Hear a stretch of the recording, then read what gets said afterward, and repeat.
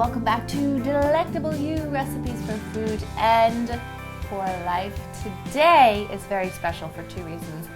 One, I'm wearing a holiday apron because it's the holidays and we're making a holiday recipe today for salted dark chocolate goji berry almond bark.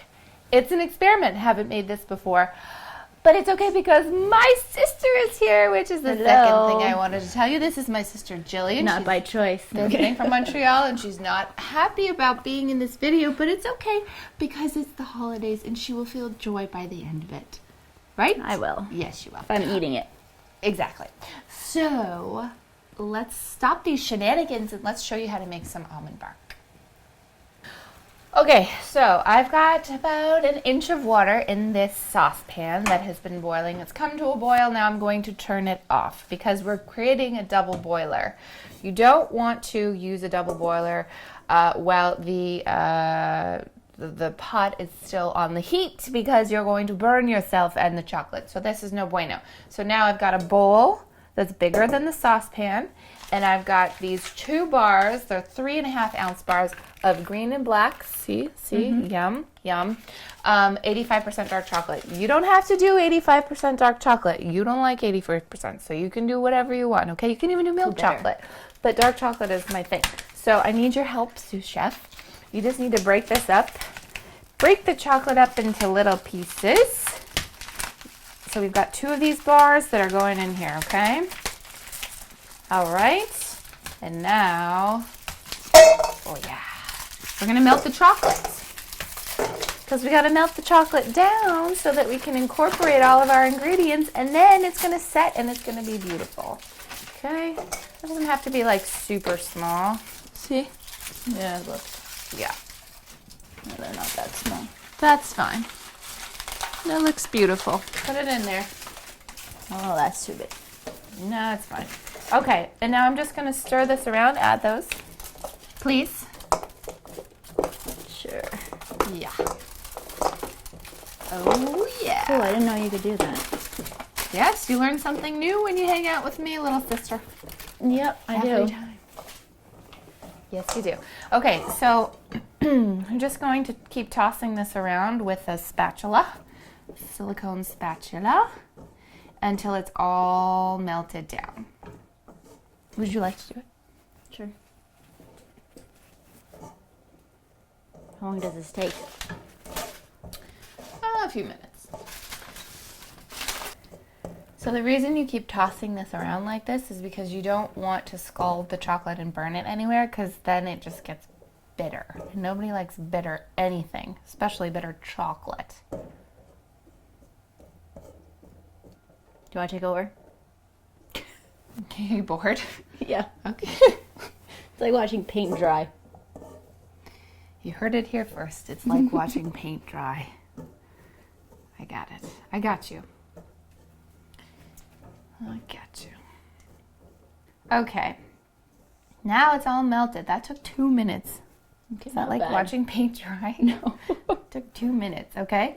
So now it's all melted, so we're going to take this off the heat and we're going to bring it over to our table and we're going to make our bark. Okay, so we're not going to temper the chocolate traditionally. Tempering chocolate is just a chocolatier's fancy way of bringing the chocolate to a proper temperature so that it's handled properly and so that it behaves properly. So if you've ever gotten a chocolate bar from the grocery store and you open it up and it's white, that means that it's bloomed, which means that it wasn't quite handled properly. It wasn't tempered properly. Don't worry about it, but we're going to do a quick tempering, which is basically just to take a few more bits of chocolate and add it to our melted chocolate. So think about it like tempering is bringing it to a specific temperature.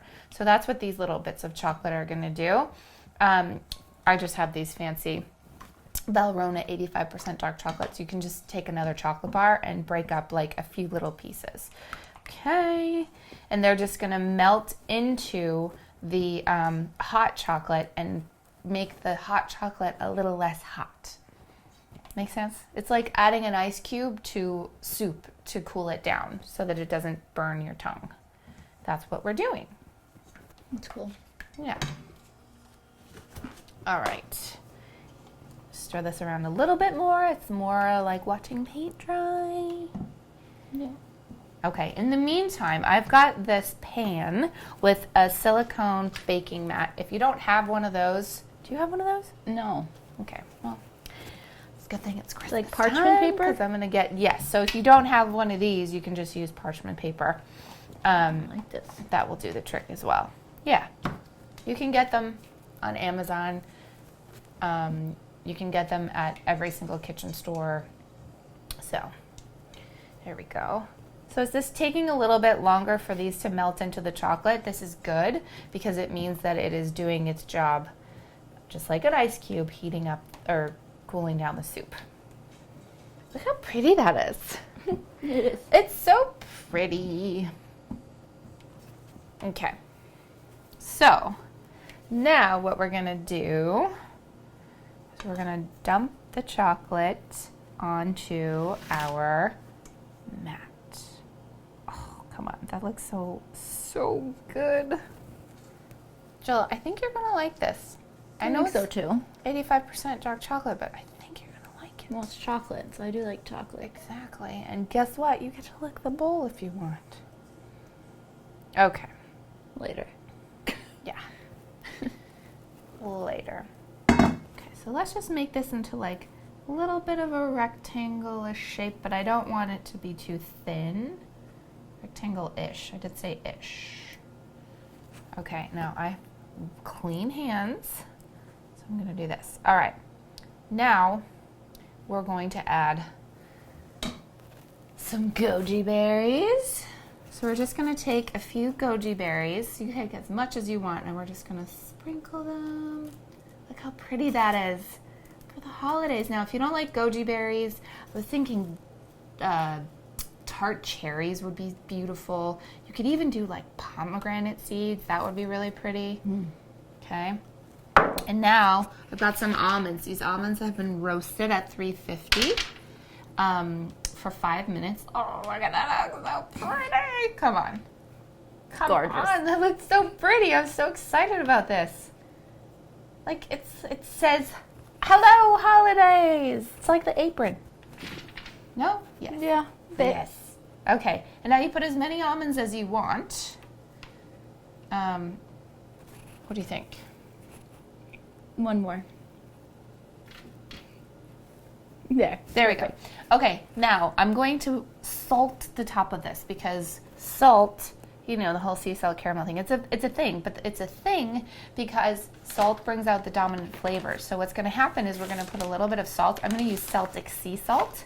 We're going to put a little bit of sprinkling of salt on the top because it's going to bring out the flavors of the chocolate and the goji berries and the almonds, and it's going to make the flavor more intense. You don't have to add the salt if you don't want to, but I think that you should. But we don't want to put too much. That's probably good. So I put like a pinch, literally like a pinch. Like small pinches. That looks good. Look at how pretty that is. All right, so now the rest is kind of like watching paint dry because we can't touch this obviously until it's set. So I'm gonna put this in the fridge until it sets. It could take an hour, it could take half an hour. I don't know how long it's gonna take. But then once it sets, we're gonna just break this into little pieces. And you can use this to serve at your holiday parties.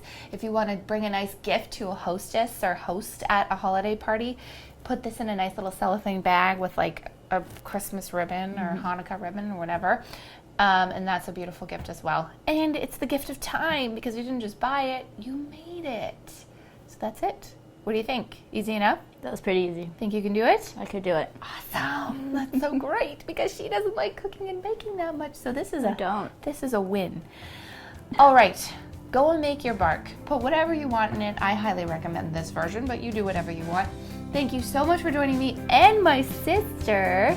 This has been Lauren and Jillian with Delectable You. Thank you so much for joining us. I hope to see you again next time. Enjoy your bark.